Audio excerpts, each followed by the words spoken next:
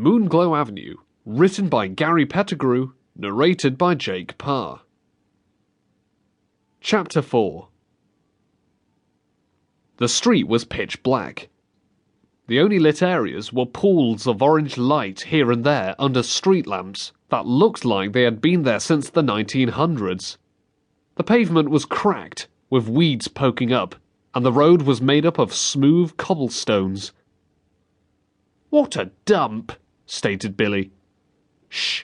Jasmine hushed him. "Someone might hear you." Although looking around, she couldn't see anyone. "He has a point, though," said Ryan. "It is a bit of a dump." Nicole nodded. "Definitely a dump." Jasmine sighed in defeat and started heading down the street. "Maybe it gets nicer down this way. It looks like there are more lights. Jojo probably went this way." It was true.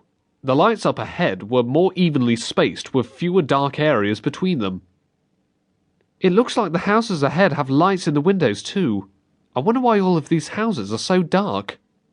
Ryan looked around. He hadn't noticed before, but all the houses at this end of the street were dark. Not only were there no lights in the windows, but it looked like the windows had all been boarded up. He felt Nicole's hand slide into his and grip it tight. He looked down at his sister and saw the worry in her expression. "Okay, let's head over there to the nice houses, get the dog, and get out of here as quickly as possible," he stated loudly. "We should probably be heading home soon anyway." He felt Nicole squeeze his hand with gratitude.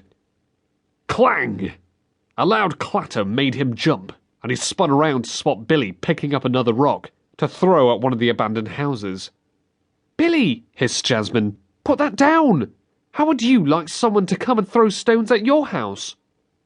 "But this isn't anyone's house. Look at it. It's all boarded up. Probably abandoned years ago." He hefted a good-sized rock and threw it at the old house. This time, there was no clang. In fact, there was just silence. And then, the rock came flying back, whistling through the air and hitting Billy hard on the shoulder. "Ouch!" cried Billy, and grabbed his shoulder. "Who threw that?" "I did." The voice came from the darkest shadow in the street, but Ryan couldn't see anyone. He thought he saw a brief movement, but couldn't focus on it. He was about to ask the voice to show himself when a different rock flew out of the darkness behind Ryan and caught him square in the back. He fell to one knee as Nicole screamed and grabbed him. "And that was me." A different voice. Ryan thought they sounded like teenage boys. He staggered to his feet. "Billy, Jasmine, come here." He pulled Nicole close to him as the other two joined him at the center of the pool of light. "Don't be afraid." This time it was a girl's voice.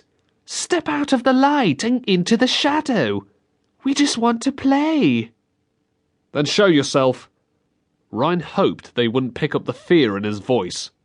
At first, it seemed they had decided to ignore him. He braced for another rock and tried to cover Nicole with his arms. Then he saw them. There were 5 of them, 4 boys and 1 girl. They seemed to float out of the darkness like it was a black fog. They stopped before they reached the orange pool of light, but Ryan could see their faces quite clearly now. And he could see that he was surrounded. The girl spoke again. "Now you can see us. Come out to the light so we can play." She had dirty blonde hair, Ryan could now see, and her skin was as pale as the whites of her eyes were, and her lips were dark red.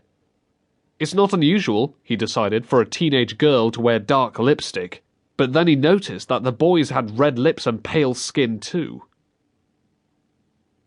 This has been Moonglow Avenue, written by Gary Pettigrew, narrated by Jake Parr. Copyright 2013 by Gary Pettigrew. Production copyright 2014 by Gary Pettigrew.